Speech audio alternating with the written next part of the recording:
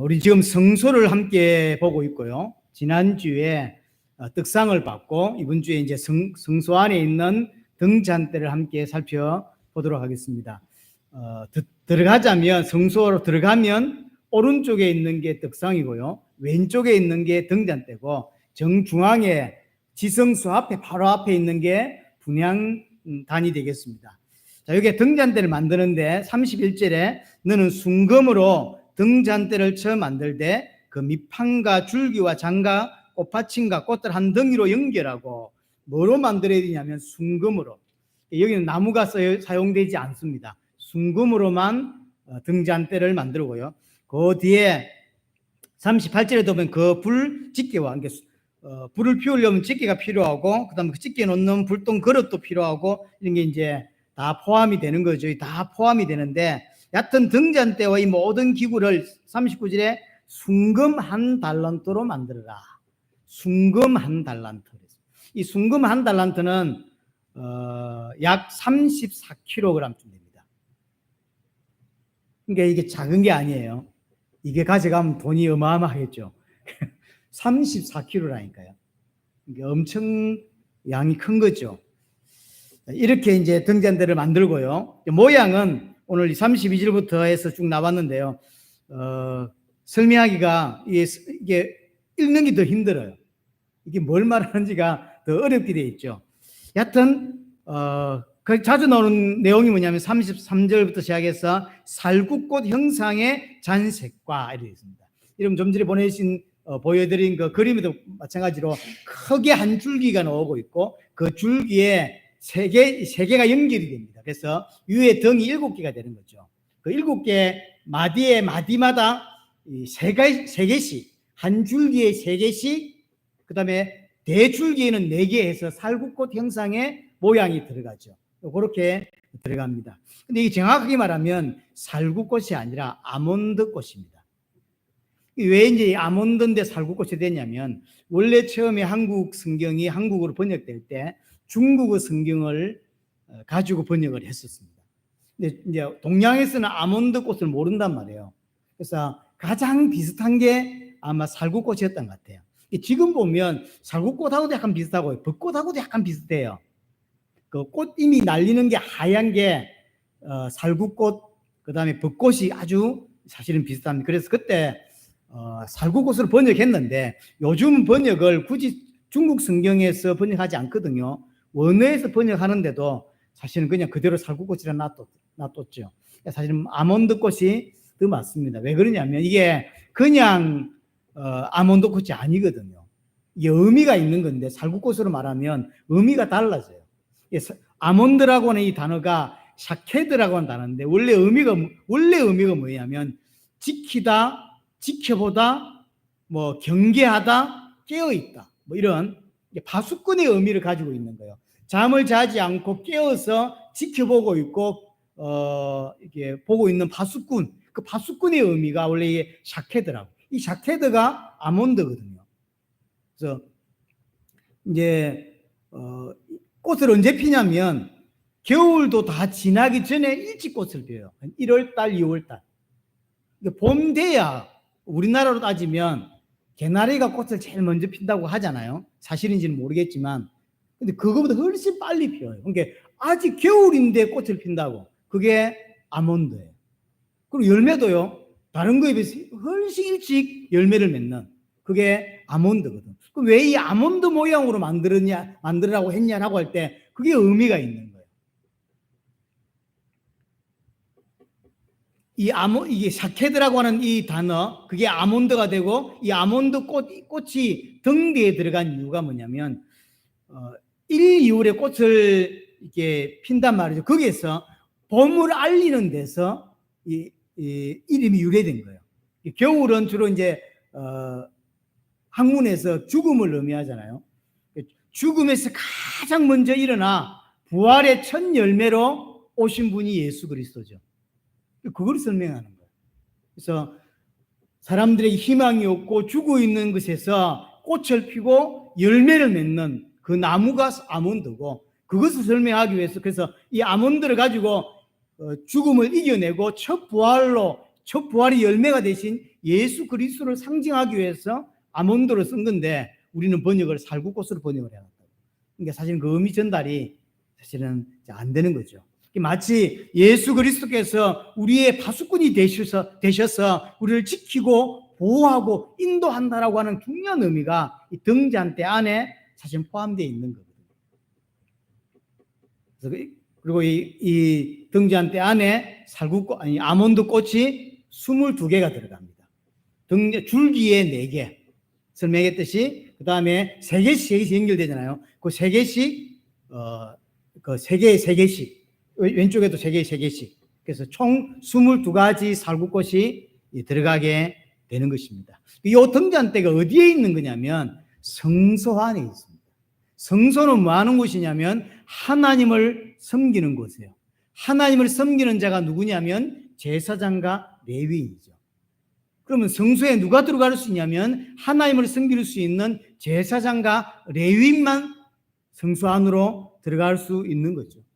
그래서 결국 지금 지난주도 설명했지만 오늘도 또 한 번 더 설명합니다. 결국 하나님은 우리를 제사장과 레위인으로 만들려고 하는 거예요.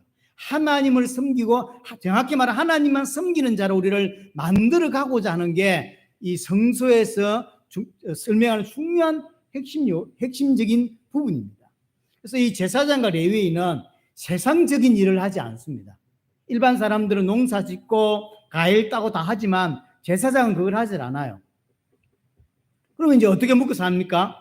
가나안 정복할 때 하나님께서 12지파인데 12개를 땅을 나누어야 되는데 11개로만 나눠요. 그러니까 레위 지파, 제사장과 레위 지파가 받아야 할 땅을 다른 지파 11지파에다 나누어 줬단 말이에요. 그리고 그 11지파는 자기 거 외에 플러스 레위 지파 것을 조금 더 받았죠. 그럼 농사를 짓고 그 받은 것의 10분의 1을 이제 내는 거죠. 여기서 유래한 게 11조입니다.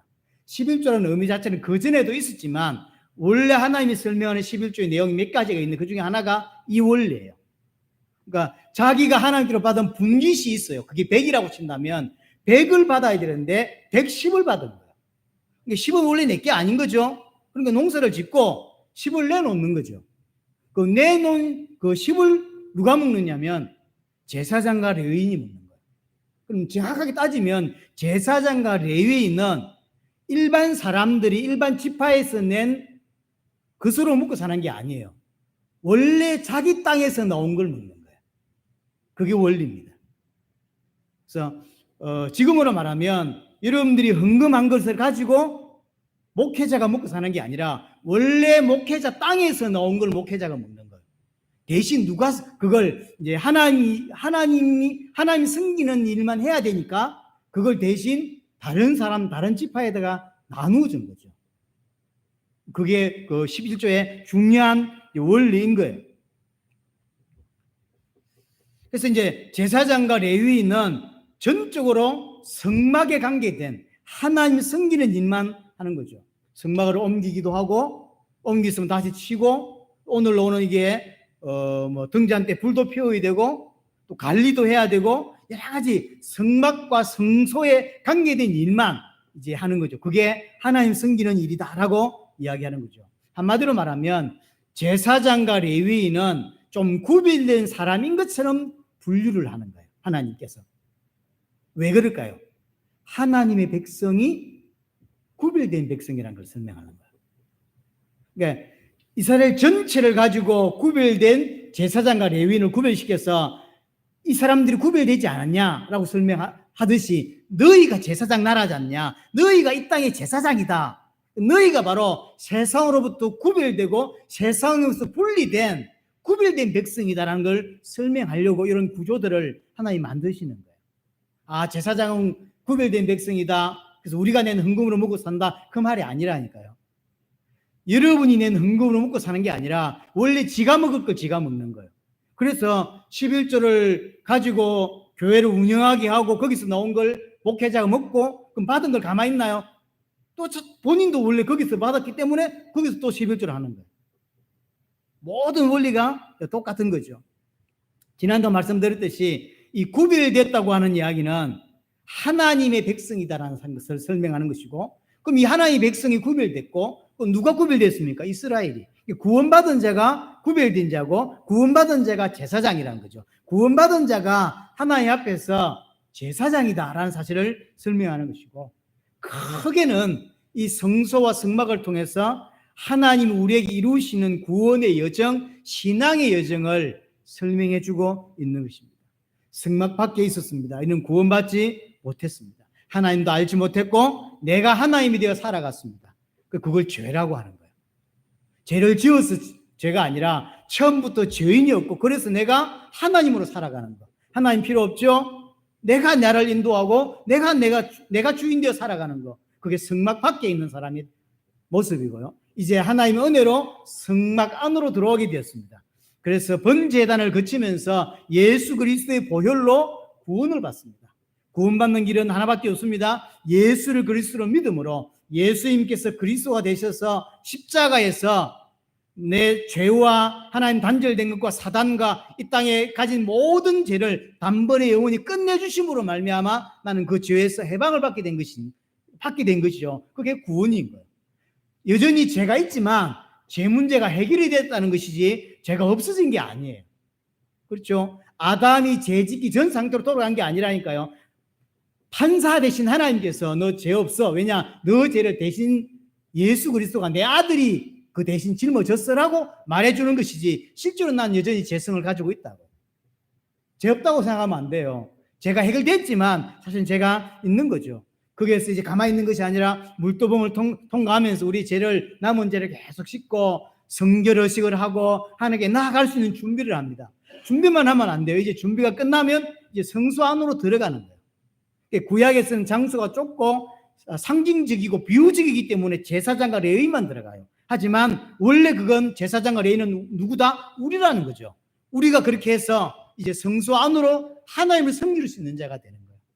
사실은 교회 와서 구원받아도 똑바로 하나님 못 섬깁니다. 그렇죠? 그래서 물도봉에서 하나님 섬길 수 있는 준비를 하고요. 그래서 성경 내용을 이해하고 하나님의 음성을 설교를 통해서 들으면서 계속 이렇게 성장해 가는 거죠. 그래서 성소 안으로 들어가는 거예요. 성소 안에 들어가서 하나님 섬길 수 있는 자가 되어지고, 이제 하나님 섬기는 정도가 아니라 지성소에서 하나님과 대면하는 자가 되는 까지 우리가 가야 될 구원의 여정인 거예요. 그러니까 우리는 그 길을 좀 걸어가고 있는 거예요.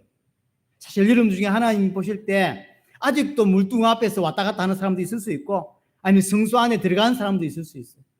그래서 하나님을 이런 모습 저런 모습 섬기는 거죠. 그거 섬김을 하나님 받으시는 거죠.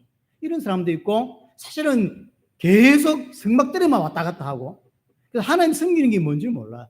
이런 사람도 사실은 있는 거죠. 궁극적으로는 성소 안에 들어간 자는 하나님 섬기는 일로만 먹고 살아요. 그걸 보여주는 게 제사장이거든요. 레위인이죠. 그래서 제사장과 레위인은 육신적인 일을, 세상적 일을 하지 못하게 하신 거예요.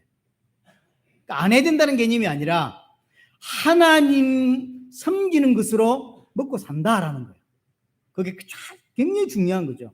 하나님만 섬겨도 살 수 있는 자로 만들어가는 게 우리의 모습인 거죠. 자, 예를 들면 창세기 1장에서 아담과 하와 보세요. 하나님께 처음 아담과 하와를 만들었을 때 에덴 동산에서 먹고 살기 위해서 일하지 않았거든요. 죄가 인생 안으로 들어오고부터 내 육신을 위해서 일할 수밖에 없는 존재가 된 거죠. 하나님께서 우리를 구원하셔서 어떤 상태로 만들어가냐면 하나님만 섬기면 되는 존재로, 누구처럼? 아담 하와처럼 죄 짓기 전 상태. 그래서 하나님만 섬기면 되는 상태로 우리를 만들어가는데 이 사실을 모른단 말이에요. 그래서 복음을 계속 알아듣고 설교를 듣고 성경을 계속 들으면서 하나님이 지금 우리를 어떤 방향으로 어떤 모습으로 만들어가는지를 보셔야 돼요. 그냥 교회 다니고 나 예수 믿어가 구원이 아니라니까요. 그게 구원이 아니라 하나님 우리를 구원하셔서 예수 그리스도의 보혈로 구원하셔서 하나님만 섬기는 자로, 하나님만 섬기면 먹고 살 수 있는 자로 만들어가는 거. 누구처럼? 아담처럼. 그래서 아담은요 하나님만 섬겼고 또 하나님이 공급해 주시는 것으로 먹고 살았거든요. 그게 우리가 하나님 우리를 끌어가시는 모습인 거죠. 강야도 마찬가지입니다. 하나님이 이스라엘을 건져내셔서 강야를 40년을 살게 하시잖아요. 그 강야의 특징이 뭐냐면 하나님이 주시는 것으로만 먹고 살아요. 이게 눈치를 채야 된다니까. 하나님이 지금 그 모습은 애굽의 사상과 애굽의 체질과 애굽의 문화들, 애굽의 가치관을 다 뽑아내는 것이 한 장면이고, 또 한 장면은 또 한 장면은 뭐냐면 하나님이 주시는 것으로만 먹고 살게 만들어요. 강야 가면서 씨 뿌리고 농사 지어 가지고 먹고 살았나요? 아닙니다.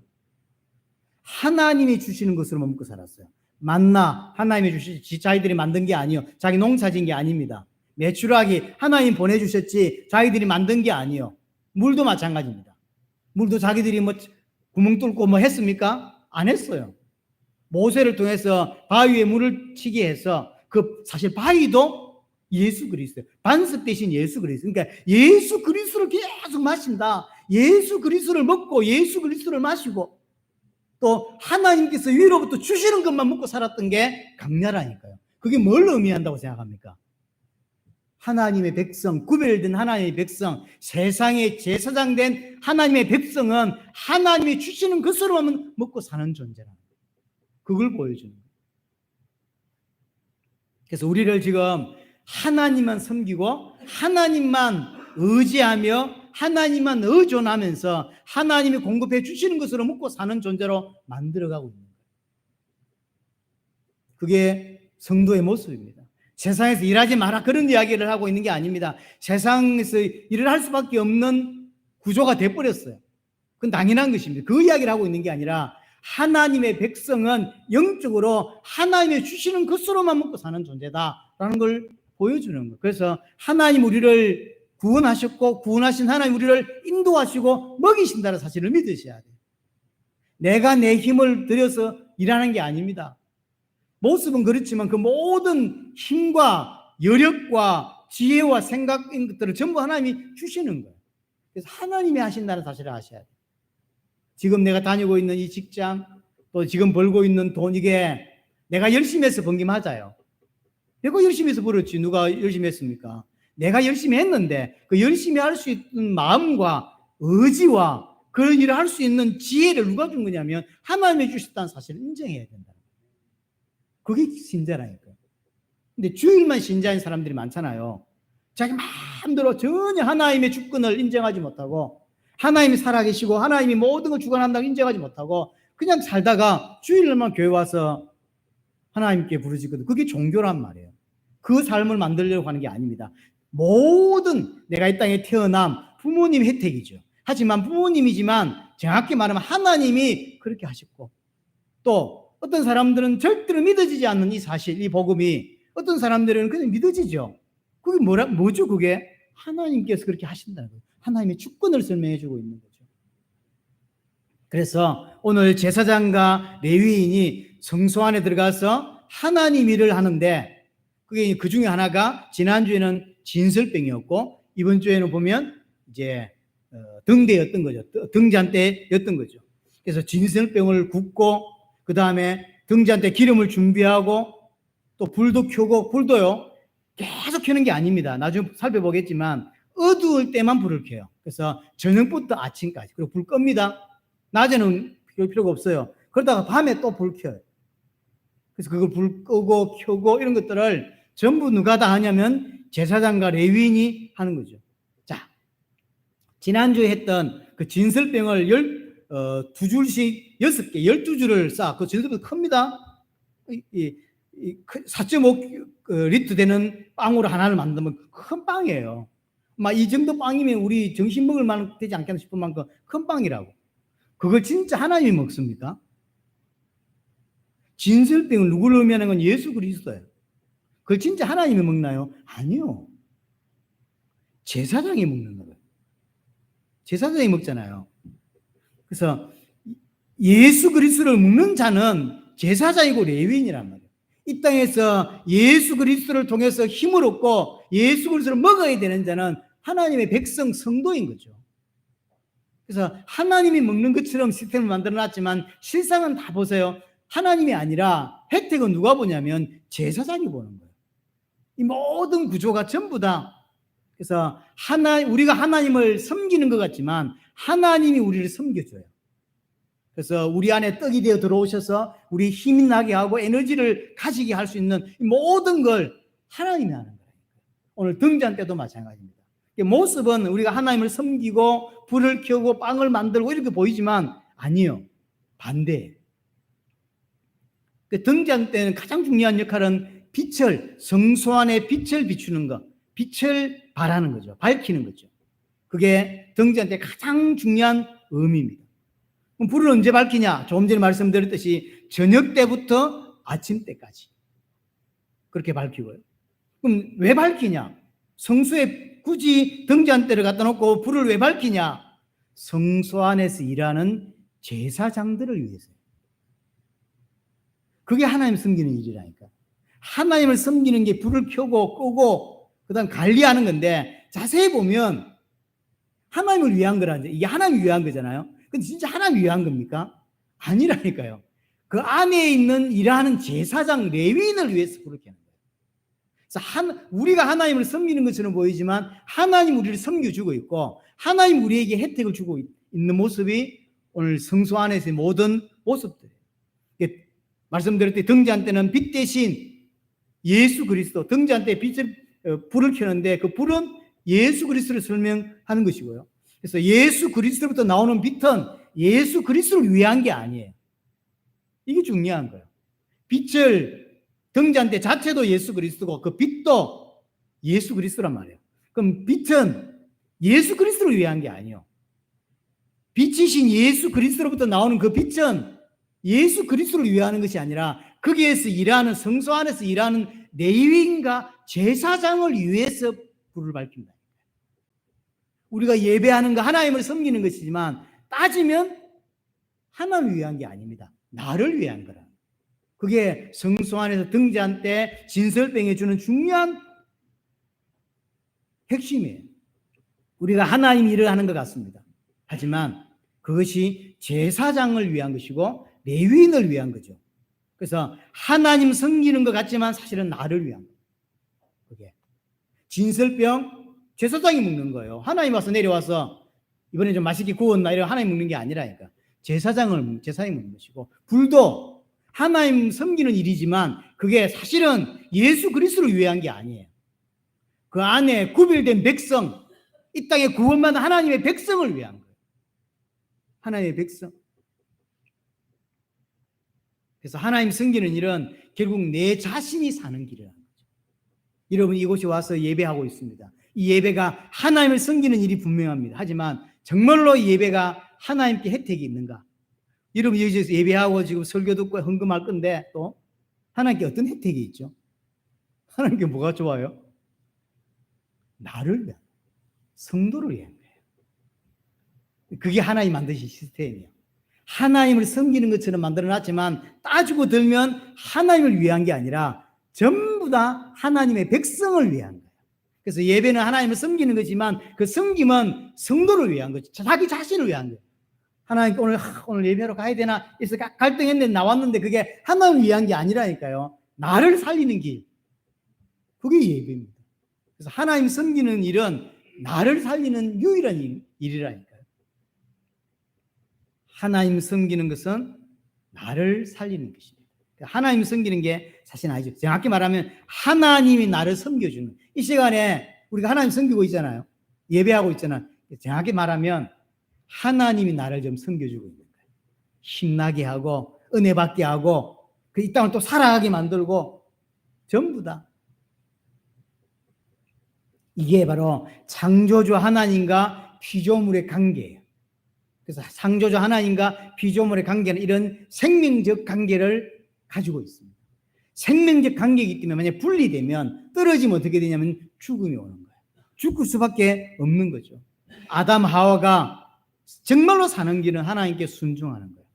근데 아담 하와가 싫어. 뭐 맨날 나보고 순종하라고. 나 안 할래.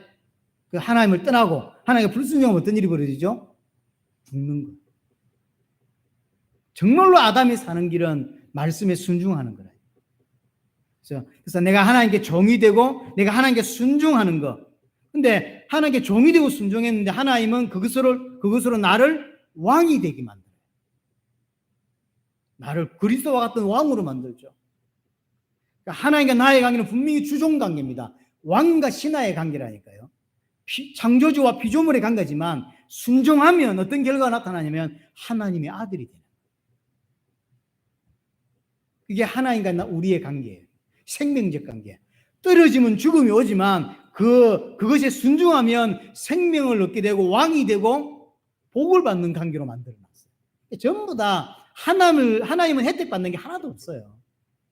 누구를 위한 거냐면 피조물인 우리를 위한 거예요. 예배도 우리를 위한 거고 사실은 모든 게 우리를 위한 거예요. 내 자신을 위한 것이지 하나님께 혜택되는 건 하나도 없어요. 참 중요한 신앙의 원리입니다. 그래서 하나님께 순종하고 말씀에 순종하는 것은 하나님께 순종하는 것처럼 보이고 하나님을 위한 것처럼 보이지만 아닙니다. 나를 위한 것입니다. 내 자신을 위한 것이죠. 자, 두 번째로. 그래서 성소 안에 있는 등잔대 불을 켜는 건 굉장히 중요해요. 이 불은 예수 그리스도를 설명하는 것이고 이 불이 없으면 제사장과 레위인이 어둠에 다닐 수밖에 없게 돼 있다고. 그래서 실패할 수밖에 없게 돼요. 그래서 항상 불을 잘 켜야 된다. 자, 레위기 24장을 한번 가보겠습니다. 레위기 24장 1절부터 4절을 보시면 2절에 이스라엘 자손에게 명령하여 불을 켜기 위하여 감람을 찌어낸 순결한 기름을 내게로 가져오게 하여 계속해서 등잔불을 켜 둘지며 아론은 해막 안 정극의 휘장 밖에서 저녁부터 아침까지 여호와 앞에 항상 등잔불을 정리할지니 이는 너희 대대로 지킬 영원한 규례니라. 그는 여호와 앞에서 순결한 등잔대 위에 등잔대를 항상 정리할지니라. 자, 등잔불을 정리하라고 3절 4절에 나와 있는데요. 정리하라니까 좀 이상한데 정확히 말하면 보살피라는 뜻이에요. 예상컨대 모든 제사장들과 레위인이 밤에 다 와서 하지 않잖아요. 이게 순번이 있겠죠. 이제 제사장이 예를 들어서 100명이다라고 할 때, 레위인이 합쳐 100명이라고 할 때 5명씩 아니면 10명씩 순번으로 돌아가겠죠. 모든 제사장 레위인이 다 와가지고 그날 밤에 있겠습니까? 좁아서 같이 있지도 못해요. 순번이 있다고. 그 순번이 있는데 이 조는 놈도 있겠죠. 낮에 자고 밤에 와서 이거 불 켜고 이게 보살피야 되는데 잘 못 졸다가 딴짓하고 졸다가 이런 사람이 있을 거 아니에요. 그래서 하나님 말씀하는 거예요. 불이 꺼지지 않도록 잘 살피라는 거예요. 잘 보살피라라고 이야기하는 것이죠. 뭐로 해야 되냐면 기름도 정해져 있습니다. 아무 기름 쓰면 안 돼요. 이게 감람이라고 되어 있죠. 감람을 찌어낸 순결한 기름으로 해야 된다. 딱 정해 주셨습니다. 감람나무 열매로 찌어낸 기름. 이게 이제 올리브입니다. 감람류, 다른 말로 올리브예요. 왜 이걸로 사용해야 되냐면 순수한 기름. 여기도 물론 이제 예수 그리스도의 순수한 뭐 이렇게 포함되어 있는 것이지만 성막 안에 아닙니다. 텐트 안인데 여기에 끓음이 넣으면 되겠죠. 저는 옛날에 저 시골에서 저 산에 살 때 제가 어릴 때 산에 살 때 호랑불 밑에서 제가 살았어요. 공부 안 하는 공부를 좀 하겠다고 불 켜놓고 있으면 다음날 보면 시커멓게 나오죠. 이분들은 모릅니다 지금. 완전 나이 드신 목사님 나이가 그렇게 많이 된 예 그렇게 됐습니다. 또 요즘 후레쉬라고 있잖아요. 옛날에는 후레쉬 말고 이렇게 올려서 뭐라 그러죠? 올려서 불 심지 올리고 들고 다니는 거 있잖아. 그거 호롱불 그거 이렇게 잘못해가지고 또는 그 촛불도 마찬가지죠. 잘못하고 공부 좀 한다고 또 뭐 좀 한다고 하면 이거 코 안이 시커매지죠. 끓음 때문에. 성막 안에 끓음이 계속 넣으면 안 되죠. 그거 다 지금 문제가 생기겠죠. 물론 영적으로는 순수한 것, 예수 그리스도 상징하기 때문에 그러기도 하고요. 여러 가지 이유로 끓음이 나지 않는 순수한 기름으로 최상급의 올리브로만 사용해야 된다라는 거죠. 그 밤새 이게 매일 켜야 되잖아요. 그러니까 양이 많이 필요하겠죠. 올리브 열매를 맨날 이제 빻아야 돼. 제사장 하는 일이 많은 거예요. 이 열매 따와가지고 아마 그러니까 팀 나눠가지고 1조는 오늘 저 열매 찾으러 가. 그리고 이제 2조는 찾아온 것 빻아. 3조는 오늘 밤에 이제 숙직해야 돼. 뭐 이런 여러 가지 조가 있겠죠. 이 열매를 따와서 빻아서 이 추출물을 가지고 기름을 이제 불을 켠다고. 양이 사실은 많이 필요한 거죠. 얼마나 많이 나오는지 모르겠지만 많은 과정이 거치는 거죠. 우리가 볼 때는 성소 안에 그냥 하나 이렇게 만들어가지고 7가지 덩이 만들어가지고 매일 와서 이제 불 켜는 방법이 있겠죠. 그렇게 해가지고 불 켜놓고 아무 할 일이 없는 것처럼 보이지만 그렇지 않은 거예요. 열매를 찾아야 되고 빻아야 되고 모아야 되고 이런 많은 과정들이 사실은 필요합니다. 예수 그리스도를 상징하는 게 등잔대 빛인데 예수 그리스도 우리에게 빛을 비추는 것도 마찬가지예요. 우리가 볼 때는 쉽고 우리가 볼 때는 공짜고 그렇잖아요. 그렇게 보인다. 하지만 많은 어려운 과정들이 분명히 있었다고. 예수님 자신을 빻아내고 자기 자신을 다 지내고 쏟아내어서 우리에게 구원이라고 하는 우리에게 복음이라는 게 주어진 거예요. 우리가 볼 때는 그냥 예수님이 땅에 오시고 십자가 짓고 죽었다 이렇게 설명할 수 있지만 그렇지 않은 거죠. 창조주 하나님이 땅에 오시고 말이 됩니까? 인간이 되어 오시고 또 이 땅에서 비난받고 손가락질 받다가 십자가에서 물과 피를 다 쏟아내시는 이런 모든 과정이 마치 제사장과 레위인이 그 감람나무 열매를 찾아서 빻아서 기름을 만들고 그 불을 밝히는 이런 모든 전 과정이 필요한 것처럼 예수 그리스도의 복음이 예수 그리스도 우리에게 빛으로 비출 수 있는 이것이 과정이 있었다니까. 힘든 과정, 희생이 반드시 있었다고 하는 것이죠. 한마디로 말하면 하나님 예수님 자신이 모든 것을 다 쏟아내셨죠.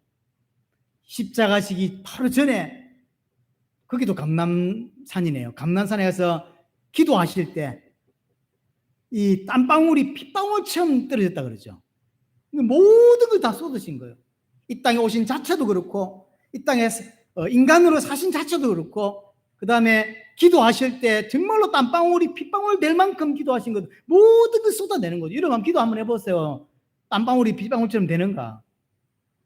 예수님이 모든 걸 쏟아내신 자신을 진액으로 다 쏟아내는 거죠. 물과 피를 다 쏟아내고 예수 그리스도께서 자신을 빻아서 모든 진액을 다 쏟아내어서 우리에게 주어진 게 빛이고 복음이란 말이에요. 그래서 복음은 공짜처럼 주어졌지만 어마어마한 희생과 대가가 들어있다는 거죠. 그냥 된 게 아닙니다. 그 어떤 것도 그냥 되는 건 없습니다. 이런 돈 버는 거, 운동하는 거, 그냥 되는 게 단 하나도 없어요. 우리에게 복음을 주시고 구원을 주시는데 그게 그냥 됐다고요? 그렇지 않습니다. 하나님이신 주님이 어마어마한 희생과 어마어마한 노력으로 그분의 희생으로 된 게 복음이란 말이에요. 그냥 된 게 아닙니다. 그리스도의 진액을 다 쏟아내어서 우리에게 준 게 복음입니다. 이사야 53장에 보면 내가 받아야 될 징계, 채찍, 슬픔, 질고를 내 대신 다 지셨다 그러죠. 내 대신. 그분이 다 지셨기 때문에 우리가 구원을 받을 수 있는 거예요. 그래서 그렇게 구원받은 우리가 성막들을 지나 성소를 들어가고 성소에서 하나님을 섬기고 이제 지성소까지 가도록 하나님 우리를 지금 인도하고 있는 것이죠. 그런데 어떤 사람들은 성막들에서 마치 모든 구원이 완성된 것처럼 말하는 사람들이 있다고. 다 끝났다는 그 좋은 표현을 이상하게 잘못 사용하죠. 성막들에서는 다 끝난 게 아니에요. 구원이 그럼 부족하다면 그 말이 아니라 단벌이 영혼이 끝낸 게 구원이 맞다고. 하지만 성막들에서 성소에서 지성소로 나아가야 돼요. 우리는 구원받았지만 여전히 죄성이 남아있고 여전히 죄에 더 가깝고 여전히 하나님을 대적하는 우리의 마음들이 있다고. 이걸 바꾸내야 되고 성장해야 되고 하나님을 닮아가야 돼. 예수를 닮아가야 된다고. 그렇죠. 그래서 그런데 성막들에서 이제 다 끝났다라고 말하는 사람들, 마치 성막들에서 다 끝난 것처럼 말하고 성막들에서 구원이 완성된 것처럼 말하는 사람도 있다니까. 그래서 부어라 마셔라 막 그게 말이 안 되는 거예요. 사실은 그 구원을 전혀 사실은 이해를 못한 겁니다. 다 끝났다고 생각하니까 방종할 수밖에. 그렇죠. 방종할 수밖에. 내가 살아있을 때 세계보고 막 끝내야 되겠다라는 마음을 사라지는 순간 딴 생각을 할 수밖에 없게 돼 있어요. 마치 주님은 금방 올 것처럼 사도행전을 보면 금방 올 것처럼 말해놓거든요. 2000년 동안 안 왔잖아요. 하나님 몰랐을까요? 근데 우리에게 원하는 신앙은 2000년 후에 온다 이런 개념이 아니라니까요. 우리의 중요한 신앙이 자리 잡고 있을 게 뭐냐면 마치 주님이 내려올 것처럼 살아가는 게 신자예요. 그래서 교회가 세계복음을 완성할 수 있을지 없을지 우리는 몰라요. 어느 날은 분명히 한 팀은 완성하겠죠. 우리가 아닐 수도 있고 우리일 수도 있고. 하지만 모든 이 땅에 살아가는 성도는 마치 내가 마지막 주자인 것처럼 살고, 내가 마치 이 땅에 세계복음을 완성할 자처럼 사는 게 맞는 것이지, 만약에 우리가 세계복음을 놓쳐버리고 하나님의 약속을, 언약을 놓쳐버리면 어떤 일이 벌어지냐면 방종으로 가게 돼 있어요. 주님이 당장 안 올 건데 그럼 뭐 하실 거예요? 기도 제목도 바뀌어요. 이제 나를 위해 기도할 수밖에 없게 돼 있어요. 주님이 당장 안 올고 세계복음 완성 안 될 건데 그럼 뭘 기도해요? 이제 나를 위해서. 그게 종교가 될 수밖에 없어요. 이거 주세요, 저거 주세요로 갈 수밖에. 왜 남은 건 그거밖에 없는데. 그래서 복음 위에 막 뛰던 사람들이 어느 순간 방향을 딱 놓칠 때 어떤 일이 벌어지냐면 방종이 나오기 시작해요. 안 했던, 왜냐하면 방향을 잃어버렸거든. 길을 잃어버린 거예요. 그러니까 그걸 누림이라고 말하고, 그걸 자유라고 말하고, 해방이라고 말하면서 자기 마음대로 살죠. 육신을 위해 살아요. 자유와 육신을 위해 사는 건 다르죠. 그렇죠? 다릅니다. 할 줄 몰라서 안 하는 게 아니에요. 할 줄 알지만 내 우선순위가 다른 거기 때문에 그걸 안 할 뿐이에요.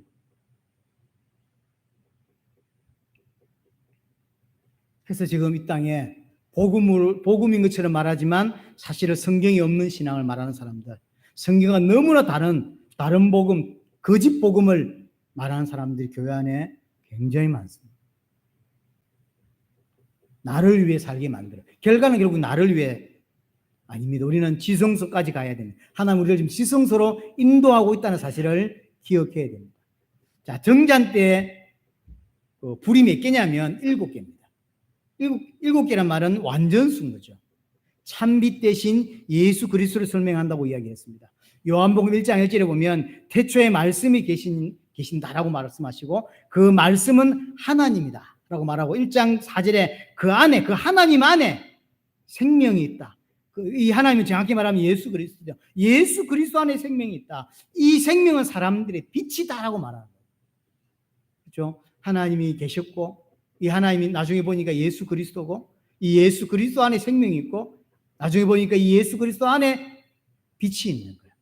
그래서 요한복음 8장 12절에 나는 세상의 빛이니 나를 따르는 자는 어둠에 다니지 아니한다.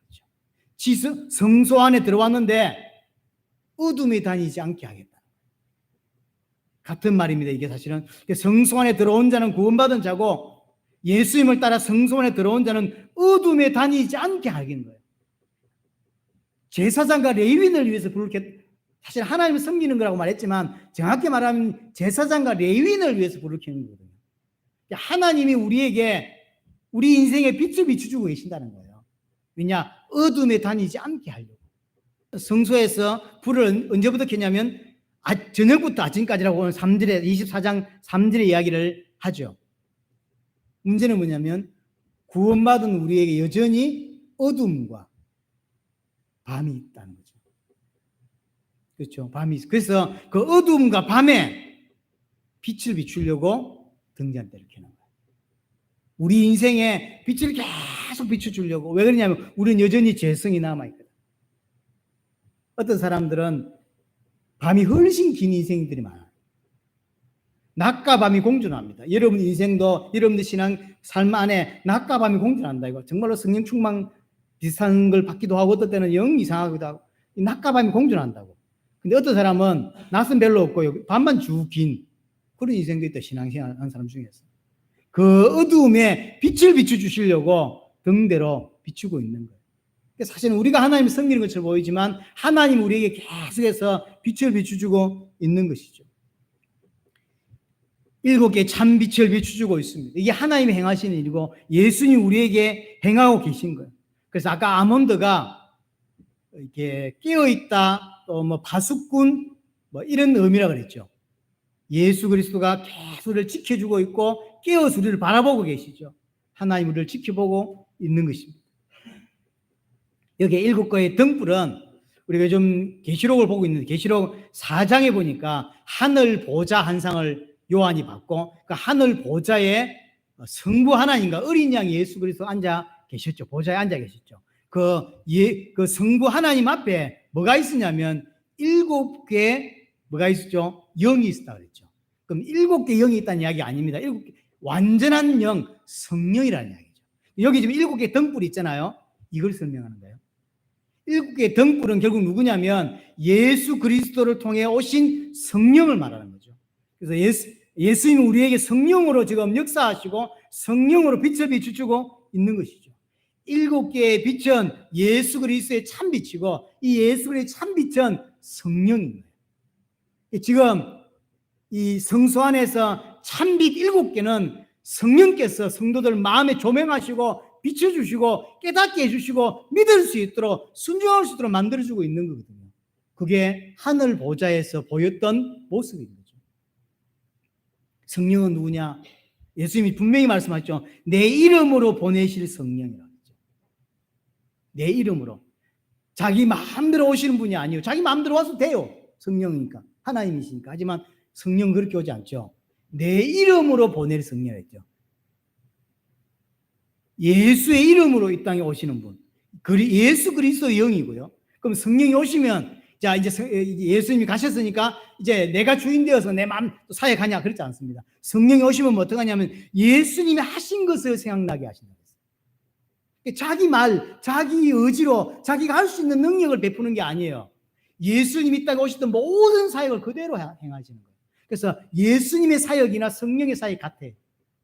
예수님 오셔서 기적과 설교와 여러 가지를 통해서 당신이 그리스도인 것을, 당신이 이 땅에 오셔야 되는 이유를 설명했어요. 우리는 죄 가운데 있고 하나님과 단절되어 있습니다. 우리에게 빛이 필요하고 하나님과 만나야 돼요. 만날 수 있는 길은 하나밖에 없어요. 그게 그리스도예요.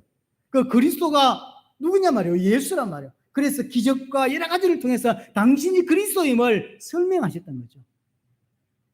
성령 하나님은 뭐 하신다고? 동일하게.